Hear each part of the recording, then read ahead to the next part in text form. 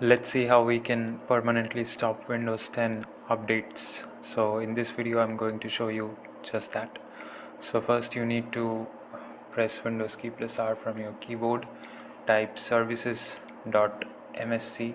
I'm going to type it here, services.msc, and press OK. I have a short tutorial on this as well, the short video. Now after coming to this services window, you just need to scroll down and look for W. Okay, so alphabetically this is sorted, so you need to look for W. So I am looking for W, and here it is, Windows Update.